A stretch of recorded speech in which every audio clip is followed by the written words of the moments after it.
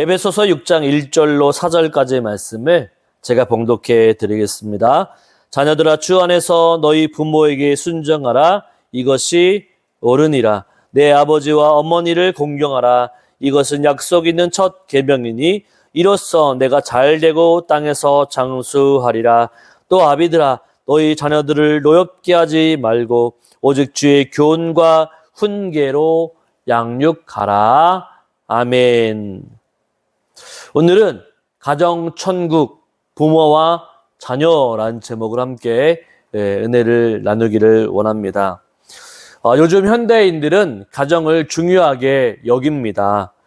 부모들은 주일에 시간을 내어서 자녀들과 여행을 가기도 하고, 또한 주말 야외 식사도 하고 캠핑을 또는 활동을 하기도 합니다. 어릴 적에는 좋은 추억을 자녀들과 함께 쌓기 위해서 많은 시간을 육아나 또한 아이를 돌보는 데 사용을 합니다. 저도 아들이 하나 있는데 7살이 될 때까지는 놀이동산을 많이 다녔습니다.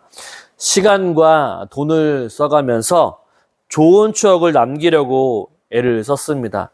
그런데 아이가 학교에 들어가고 4학년, 5학년이 될 때에 시간을 내어서 여행하는 것이 쉽지만은 않았습니다. 학교도 가야 하고 또한 또 학원도 가야 하기 때문이죠.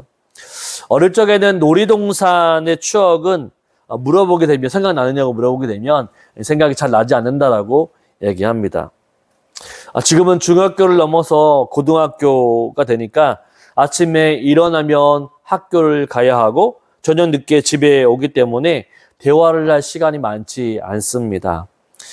자녀와 대화를 할 시간이 많지 않기 때문에 자녀가 지금 무엇을 고민하고 있는지, 또한 어떤 게 제일 하고 싶은지를 잘 모르겠습니다. 자녀가 원하는 걸 좀 잘 모르겠다는 얘기죠. 자녀도 마찬가지일 것입니다. 학교 수업을 따라가다 보니 부모가 어떠한 삶을 살고 있는지, 또는 어떠한 고민이 있는지 잘 모를 것입니다. 물론 공부에 집중하다 보니 부모의 고민에 대해서는 생각해 보지 못할 수도 있습니다. 자녀가 바로 이제 커서 성인이 되어가면 갈수록 대화가 끊기고 바쁘게 살아가는 거죠. 부부도 마찬가지입니다. 어느 순간에 연애할 때는 말도 많이 하고 또 대화도 많이 하지만 살아가면서는 점점 그 말수가 적어지는 것들을 보게 되죠. 오늘 본문은 사도 바울이 남편과 아내에게 5장 말미에 권면을 했고, 이제 부모와 자녀와의 관계에 대해서 권면하고 있습니다. 오늘 본문을 통해서 가정천국의 삶, 이 가정천국의 삶을 누리려고 하면 어떠한 삶을 살아야 되는지 한번 말씀을 통해서 나누기를 원합니다. 가정의 천국을 이루기 위해서는 어떻게 해야 될까요? 첫째로는 부모에게 순종해야 합니다. 우리 1절의 말씀 한번 읽어볼까요? 1절 말씀. 자녀들아, 주 안에서 너희 부모에게 순종하라. 이것이 옳으니라. 아멘. 이 사도 바울은 5장에서 남편과 아내에게 부부로서의 가져야 할 자세를 말해주었고, 6장 1절부터는 부모와 자녀들에게 권면하고 있습니다. 먼저 자녀들에게 바울이 당부하는 말씀은 무엇인가요? 부모에게 순종하라입니다. 여기서 순종이라고 하는 건 우리가 많이 들어봤지만 순종은 곧 복종을 의미합니다. 더 쉽게 말하면 귀를 기울이는 것, 듣는 것을 바로 순종이라고 말할 수 있습니다.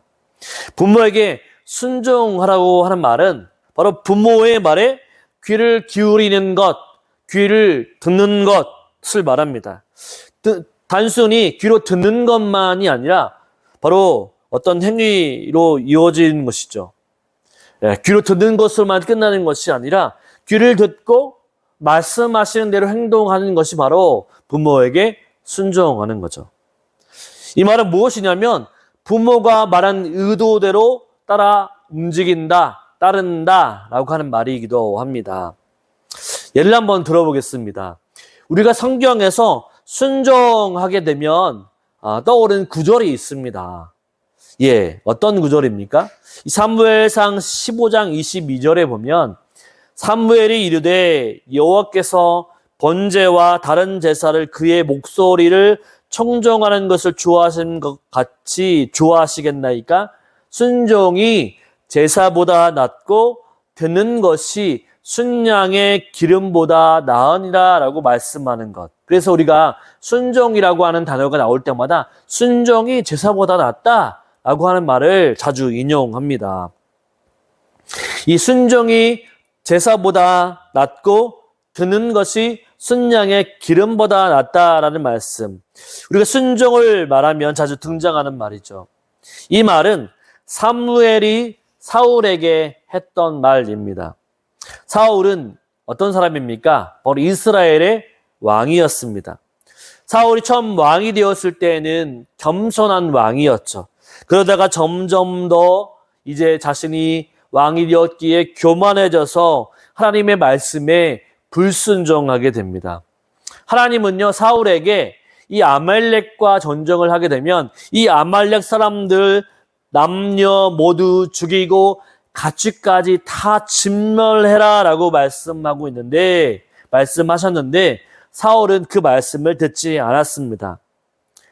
사울은요, 사람들은 다 죽였지만 왕 아각과 또한 좋은 양과 소는 진멸하지 않고 남겨두었습니다. 가치가 없고 보잘것 없는 것들은 죽이고 가장 좋은 것들만 따로 남겨서 자기 것으로 두려고 했던 거죠. 이것은 하나님 앞에서 순종일까요? 불순종일까요? 네, 불순종입니다. 하나님이 사울의 모습을 보고 사울을 하나님께서 왕으로 세운 것을 후회하였다라고 얘기합니다. 이 사무엘상 15장 11절을 보면 내가 사울을 왕으로 세운 것을 후회하노니 그가 돌이켜서 나를 따르지 아니하며 내 명령을 행하지 아니하였음이라 하신지라. 사무엘이 근심하여 온 밤을 여호와께 부르짖으니라 라고 말하고 있습니다. 사울은 하나님의 말씀을 들었긴 들었지만 온전히 따르지 않았습니다. 사람을 다 죽여야 했지만 동물들은 죽이지 않았죠. 반절은 순종하고 반절은 불순종한 것입니다. 반면에 우리는 바로 반절만 순종하면 순종이라고 말할 수 있을까요? 아니면 그것은 불순종입니까? 예, 온전히 순종하지 않았기 때문에 그것은 불순종이죠. 그래서 하나님이 바로 사울을 왕으로 세우신 것을 후회하였다라고 얘기합니다. 보세요. 사울은 하나님의 말씀을 귀 기울이지 않았고 듣긴 들었지만 귀로만 들었고 온전히 따르지 않았습니다. 행동하지 않았죠. 바로 이러한 행동은 순종이 아니라는 말씀입니다. 순종이라고 하는 것은 온전히 듣고 따르는 것을 의미합니다. 그러면 부모에게 순종하라라고 하는 말은 어떤 말입니까?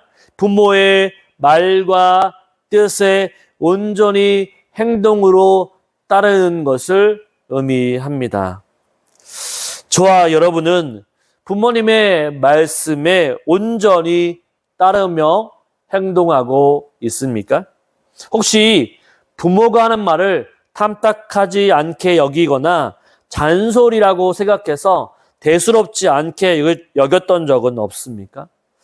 저도 그런 적이 있었던 것 같습니다. 저희 아들도 지금 고1이지만 저도 학생 때 제일 듣기 싫어했던 말이 무엇일까요? 바로 공부해라 입니다. 너를 위해서 공부하는 거지 부모를 위해서 공부하는 거냐? 라는 말을 자주 저도 들었죠. 이 학생 때 왜 그리 공부하기 싫었던지요. 지금에 와서 보니 공부가 제일 쉬웠던 것 같습니다. 부모님은 최선을 다해서 저의 뒷바라지를 다 해주셨습니다. 대학 등록금도 주셨고 신대원 공부할 때에도 결혼할 때에도 많은 도움을 주셨습니다. 저의 부모님은 아들을 믿어주셨기 때문에 별다른 요구사항들이 없었죠. 이 농사 일을 하면서 너무 바쁘시기도 하셨고 자녀를 챙기기에도 너무 힘드셨기 때문입니다. 그러나 당부하셨던 것 한 가지가 있었습니다. 그것은 바로 믿음으로 사는 것이었습니다. 교회를 사랑하는 것, 하나님을 사랑하는 것이었습니다. 특별히 어머님은 신앙의 모범을 제게 보여주셨는데 힘들고 어려운 농사일을 다 마치고 항상 예배 시간에 빠지지 않으셨다는 거죠. 예배 시간에 피곤해서 졸음을 이기지 못하실지라도 항상 예배를 사모하고 또 예배 장소에 앉아 계셨습니다. 여러분, 부모에게 순종하는 것이 어렵습니까? 아니면 쉽습니까? 쉬우면 바울이 명령까지 했을까요? 순종이 쉽지 않은 것입니다. 순종은 복종을 의미하죠. 자발적인 복종입니다. 내 생각과 내 뜻을 굽히고 따르는 것이 바로 순종이죠. 1절의 말씀을 다시 한번 읽어보도록 하겠습니다. 자녀들아, 주 안에서 너희 부모에게 순종하라. 이것이 옳으니라. 이 부모에게 순종하라 라고 하는 말 앞에 단서가 하나 붙어 있습니다. 그 단서가 무엇입니까? 바로 주 안에서 라는 말이 있습니다. 주 안에서 순종해라 라고 얘기하고 있는데 주 안에서 순종하라 라고 하는 말은 무슨 뜻일까요? 주 안에서. 이 말은 예수 믿지 않는 부모님의 말씀을 듣지 말라, 예배를 방해하는 것, 하나님을 섬기는 것을 할 때 방해하는 것이 있다고 한다면 섬기지 말아라, 불순종해도 된다라는 말일까요? 아니면 아닐까요? 그런 말이 아니죠. 주 안에서라고 하는 말은 바로 주님을 섬기듯 주님의 사랑 안에서, 주님의 능력 안에서, 주님의 성품 안에서 행하라는 말씀입니다. 모든 사람은 부모에게 잘하게 되어 있습니다. 자신을 낳게 해주고 키워주시고 사랑해 주시고 하기 때문에 순종하죠. 그러나 순종하지 못하는 자녀들이 있습니다. 어떤 사람들입니까? 부모에게 상처받은 영혼들이죠. 부모에게 폭력을 당했거나 부모에게 외면당했던 사람들, 기타 여러 가지 문제로서 부모와 자녀가 원수지간이 된 사람들이 있습니다. 부모가 싫은 사람들이 분명히 있죠. 그럴 때 자녀들이 주님을 믿었다고 한다면 어떻게 해야 될까요? 주님을 믿는 믿음 안에서 부모를 용서하고 섬겨야 하는 거죠. 바로 그런 겉면에 있습니다. 그렇습니다. 우리가 주님 안에서 행하게 될 때 우리가 부모님에게 순종할 수 있습니다. 내가 부모를 사랑하지 못할지라도 주님이 나를 사랑해 주셨기 때문에 그 사랑으로 부모를 사랑할 수가 있습니다. 내가 부모의 말에 순종하기 싫을지라도 예수님이 나를 위해서 십자가에서 죽으시기까지 순종하셨기 때문에 내가 주님 안에서 부모에게도 순종할 수 있는 거죠. 나는 못할지라도 주님이 내 안에 있기 때문에 순종할 수 있습니다. 이것이 바로 성경의 원리입니다. 나는 할 수 없지만 주님 안에서는 가능하다라고 하는 거죠. 그렇기에 바울은 주님 안에서, 주 안에서 순종하라라고 말하고 있는 것입니다. 저와 여러분, 자녀로서 부모님에게 주 안에서 순종할 수 있기를 원합니다. 부모님의 말에, 뜻에 온전히 순종하며 나아갈 수 있는 저와 여러분이 되시기를 주님의 이름으로 축원을 드립니다. 성경은 부모에게 순종해야 할 이유에 대해서 2절과 3절의 말씀을 기록하고 있는데요. 같이 2절과 3절 말씀을 읽어보겠습니다. 내 아버지와 어머니를 공경하라. 이것은 약속이 있는 첫 계명이니 이로써 내가 잘되고 땅에서 장수하리라. 아멘. 부모에게 순종해야 하고 공경해야 할 이유는 무엇인가요? 약속이 있는 첫 계명이기 때문이다 라고 합니다. 첫 계명. 여러분 많이 들어보셨죠? 하나님이 주신 10계명이 있죠. 10계명. 10계명은 두 가지로 나눌 수 있습니다. 1계명부터 4계명까지는 하나님에 대한 계명이고 5계명부터 10계명까지는 사람에 대한 계명이죠. 그 사람에게 주신 첫 계명이 무엇입니까? 내 부모를 공경하라입니다. 하나님이 가장 중요하게 여기시는 것, 사람과의 관계 가운데 가장 중요하게 여기시는 것이 무엇인가? 부모를 공경하는 것입니다. 공경이라고 하는 말은 존경하다, 값을 매기다입니다. 값을 매기다. 값을 매기다라고 하는 말을 바로 가격을 정하다라고 하는 말로 표현할 수 있습니다. 여러분, 우리가 가장 가치 있다라고 하는 물건에 비싼 가격을 매깁니다. 명품 같은 경우에도 가격을 잘 내리지 않습니다. 특별히 한국은 명품을 사랑하죠. 그래서 명품을 너무나 좋아하기 때문에 그 명품 회사에서도 가격을 비싸게 매기죠. 예, 다른 나라는 다 내리더라도 우리나라는 잘 내리지 않습니다. 희귀한 것, 희소성이 있는 것, 값어치가 있는 것은 우리가 비싼 가격을 정합니다. 그러나 반대로 너무나 평범한 것, 또한 많은 물건 같은 경우에는 싼 값을 매기게 되죠. 부모를 공경하라라고 하는 말은 가장 가치 있는 일로 여겨라라고 하는 말로 표현할 수 있습니다. 가장 존경하는 일이라고 말할 수 있는 거죠. 부모 공경이 하나님께서 보시기에도 가장 중요한 일이기 때문에 바로 사람에게 주시는 가장 첫 번째로 말씀해 주시는 것이죠.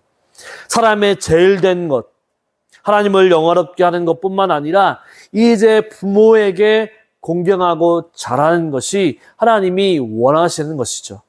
왜냐하면 바로 육체적인 부모에게 공경해야만 영적인 부모이신 하나님께 우리가 공경할 수 있기 때문이죠. 여러분, 이 세상에서 가장 가치 있는 일이 무엇입니까? 여러 가지 있겠지만 바로 부모를 공경하는 일입니다. 부모님이 계시기 때문에 우리가 있는 것이죠. 이것이 창조의 원리입니다. 하나님을 믿는 사람들은 부모님을 공경하게 되어 있습니다. 왜냐하면 하나님께서 우리를 그렇게 지으셨기 때문이죠.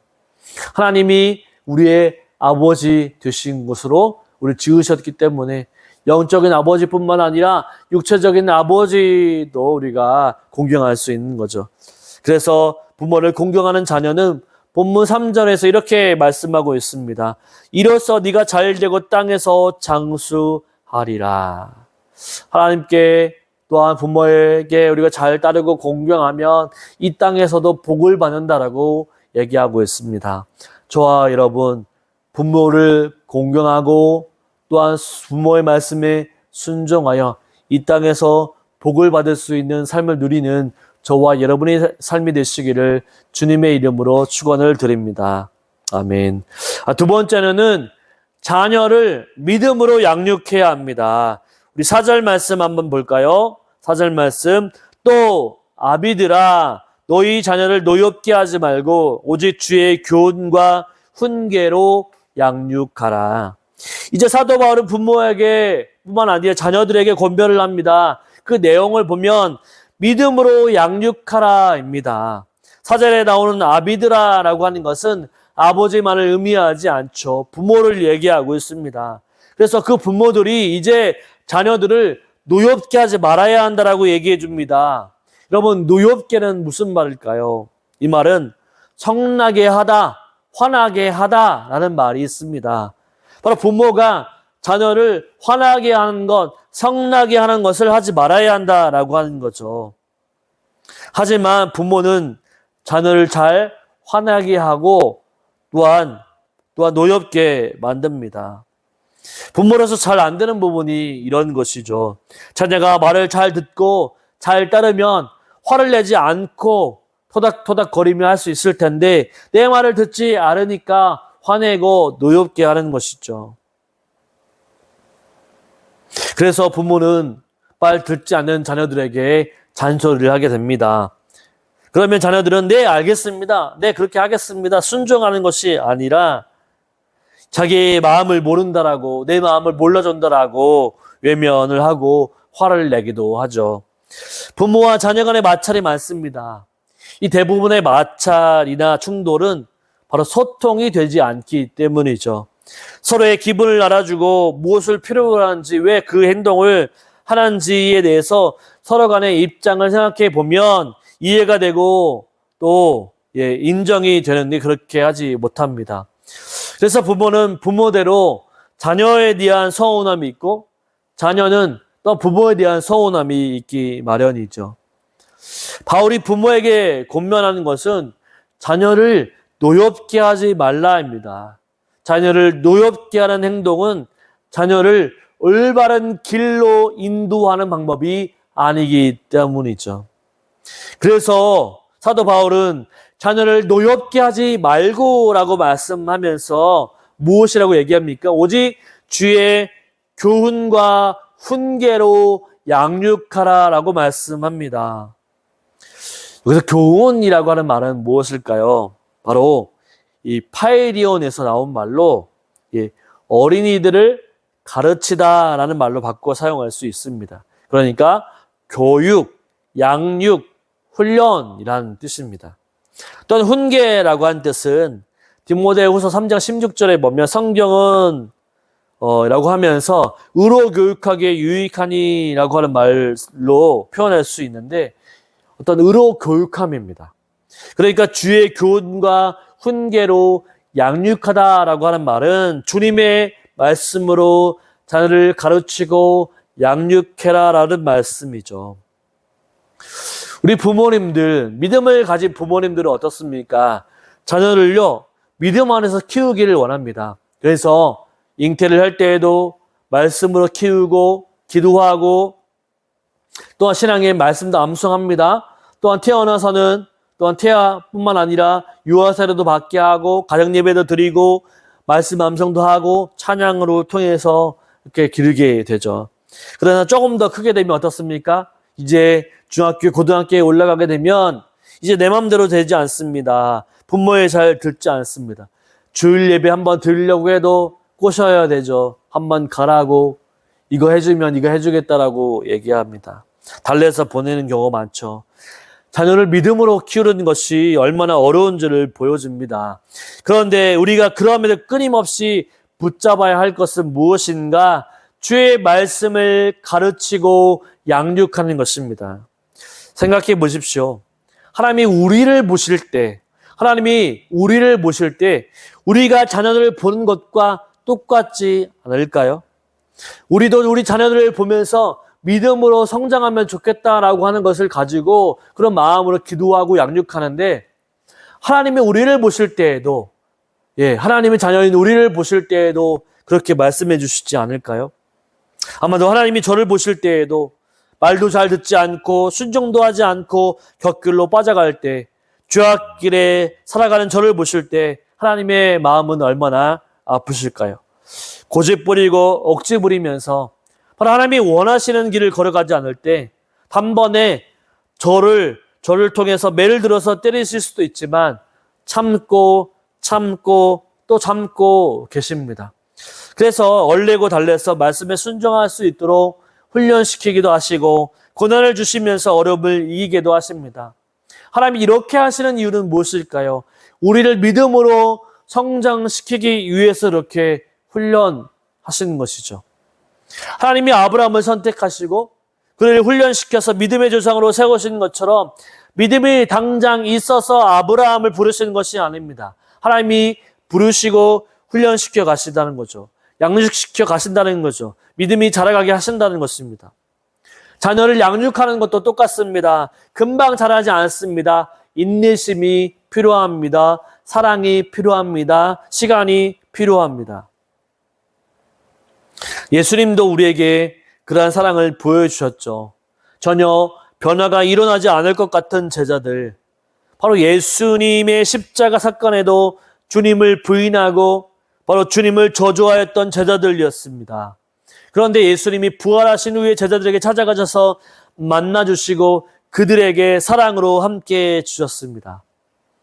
바로 그들이 진정으로 예수님이 부활하신 주님, 영광의 주님을 알게 되자 제자들은 변하게 되었던 거죠. 주님의 복음을 들고 전도하는 전도자가 되었습니다. 핍박을 당해도 억울한 일을 당해도 십자가에서 죽는 일을 당해도 주님의 신실한 제자가 되었던 거죠. 우리가 할 수 있는 일이 있다고 한다면 무엇입니까? 주 안에서 부모를 공경하고 주 안에서 자녀를 양육하는 것입니다. 이 모든 원칙은 주 안에서입니다. 내 생각을 버려야 하고 내 가치관을 버려야 합니다. 내 고집대로 하지 않아야만 합니다. 오직 주님 안에서 주님의 마음을 가지고 행하게 될 때 부모를 공경하고 자녀를 믿음 안에서 양육할 수가 있습니다. 주님 안에 있지 않으면 세상적인 방법과 목적이 우리의 방향이 되었을 것입니다. 그러나 주님 안에서 우리가 있기에 주님의 말씀이 바로 우리의 등불이며 주님의 말씀이 우리의 길이기 때문에 그 말씀대로 의지하며 살아가면 하나님이 반드시 이루어 가십니다.